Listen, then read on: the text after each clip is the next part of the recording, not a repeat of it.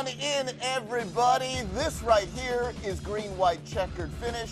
We are, of course, your Monday morning quarterbacks. My name, well, you may know that by now if you've seen the show, it's Beau Estes. We've got a surprise for you. That's not Mike Bell right there. A little bigger, a little taller. It's CamGuy, Matthew Dillner. Mike's somewhere down in Florida. Welcome to the show, bud. Good to have you. I know you're excited. That's right. That's right. Here we go. You want to see something cool? Oh, yeah. Watch this. We're not alone. It may seem like we're alone here, but the fans are streaming right there along the bottom. Those are their comments. Yeah, it's the magic of television or the internet, whichever you prefer. Let's get right to our green flag topic. These great times in NASCAR. 3 series, really tight. The Camping World Truck Series. We've also got the Nationwide Series, very tight. And, of course, the Sprint Cup Series. They're going to have the chase. My question to you, which is going to be the best finish of all 3 series? What do you like? I can honestly say all of the series are amazing right now as far as the title fight.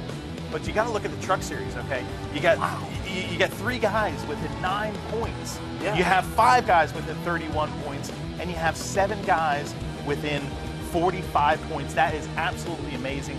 The gloves come off often with the Camping World Truck Series, and I think that's the series where we're going to see the gloves come off. Yeah, and what's impressive to me, I've talked to a lot of people about this, they often say that the trucks are the best form of racing out there. Oh, I love it. Yeah, I agree with you, but you know what? I'm going to go easy.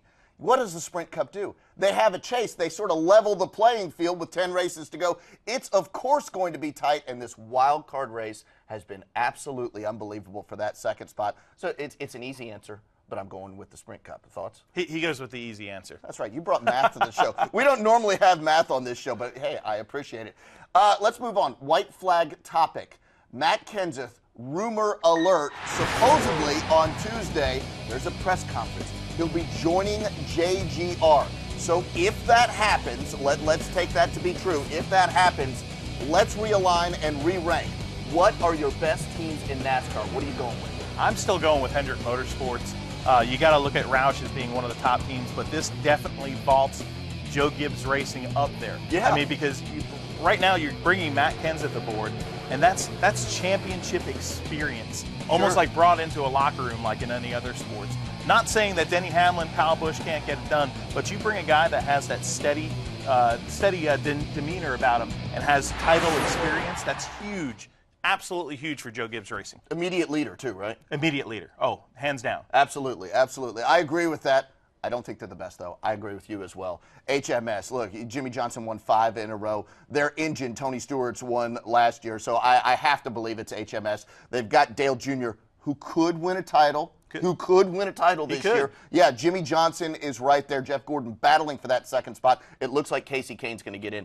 They dominate, it seems like, every year. Agreed? Oh, agreed. Hendrick is the powerhouse, and everybody wants to be as good as Hendrick, and these teams are getting close. I mean, Roush Racing has titles, Gibbs Racing has titles, and the moves they're making right now, look at last night at Atlanta Motor Speedway. The Hendrick teams didn't fare that well.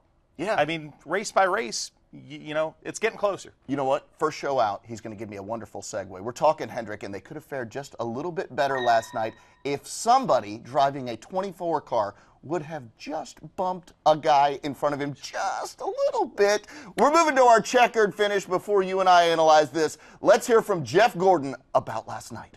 Yeah, I'm just mad at myself right now. I don't know. I guess I'm just getting soft in my old age. I'm too nice because, I don't know, 15 years ago I'd have just moved him right up the racetrack. I don't know why I didn't do that. That's the question. Simple question. Jeff Gordon, a chase berth in his sights, could have bumped Denny Hamlin and certainly, or very likely, gone on to victory. It's a dicey move at that speed. Should he have done it? As easy as that. It's so easy for us to sit here at a desk and say, yeah, he should have done it, because if he did it, he would have been in the chase. Yes. But that's not the way Jeff Gordon races. That's not the way that Denny Hamlin has raced. It's the way he used to race. It's the way he used to race, but that's at tracks like Bristol. That's at tracks like Richmond.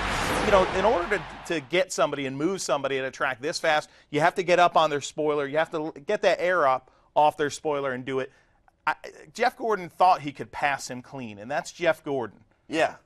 Jeff Gordon is a clean race car driver. Well, my thought is, in retrospect, Jeff wishes he would have done it. And you got to think about this as well. Sponsorship money, for him to get in the chase, it is huge for his sponsors. So there's a lot going through a 2-second decision, maybe not even a 2-second decision, should he or should he have not. But as we sit here, Monday morning quarterbacking, I think he should have. Yeah, I think there's going to be a lot of regret from Jeff Gordon if he doesn't make it in this chase because of what he could have done the last lap of that race. But, you know, there's a respect level there, and a lot of people will respect Jeff Gordon for the decision he made on that last lap, even though he might not make the chase. Well, let's get to a fan comment real quick. It's Art Graham. All the talk about Jeff made me ill. He does not have, listen to this, he does not have the mojo to be a champion right now, if ever again. No mojo for Jeff Gordon. Thoughts? Absolutely not. If you're down on that grid every week, if you see Jeff Gordon strapping into these race cars every week, there's a determination that's a little different than when he was younger. Okay, when you're younger, you have a little bit more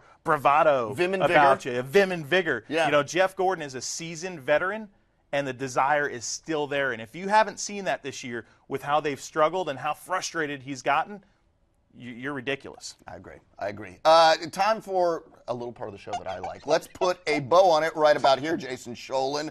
I promised all year long I would keep up with this. Denny Hamlin versus Tony Stewart because of Darian Grubb. Denny wins his second in a row, so Darian Grubb has more wins this year now than Tony Stewart. And I've got a fan comment for this as well. Hunter Cole Nixon. Tony Stewart is still the greatest driver out there, but I wish SHR would have never let Darian go. I bet he's not alone in that viewpoint. Right now, we can move on. Typically, it's the closing bell. Put a mat on it. I don't care. Put a mat on it. Dillner's deal. I don't know. Matt-tastic. Let's go with it. What's your final thought? I think Carl Edwards. Okay, Carl Edwards, a lot of people are saying he is completely done. He is done. I mean, that team is almost collapsed here at the end of the season. Is he? But he isn't done, folks. Okay, he's got one more race. Yes, he's not the greatest at Richmond, but he could get it done. All he's got to do is go out there and go for broke and win. But what I want to say is the attitude of a champion, even though they're not performing well, the attitude of a champion with Carl Edwards, the way he's approached some of these failures, a lot of other race car drivers right now would have unraveled completely, would have fallen apart. And the stuff that he said before the race as far as, you know, we might take this if I don't win get into the chase as a huge test session for next year. Yeah. After the race, the things that he said about, you know, a bad day at the racetrack is better than a good day doing anything else. That's the type of attitude, long term, that will make Carl Edwards a champion. Long term, I agree. He'll be a champion. Short term, you know the answer? Short term, I don't think he's going to make it. He's done. That's Matthew Dillner. My name's Beau Estes. We thank each and every one of you for watching Green-White-Checkered Finish.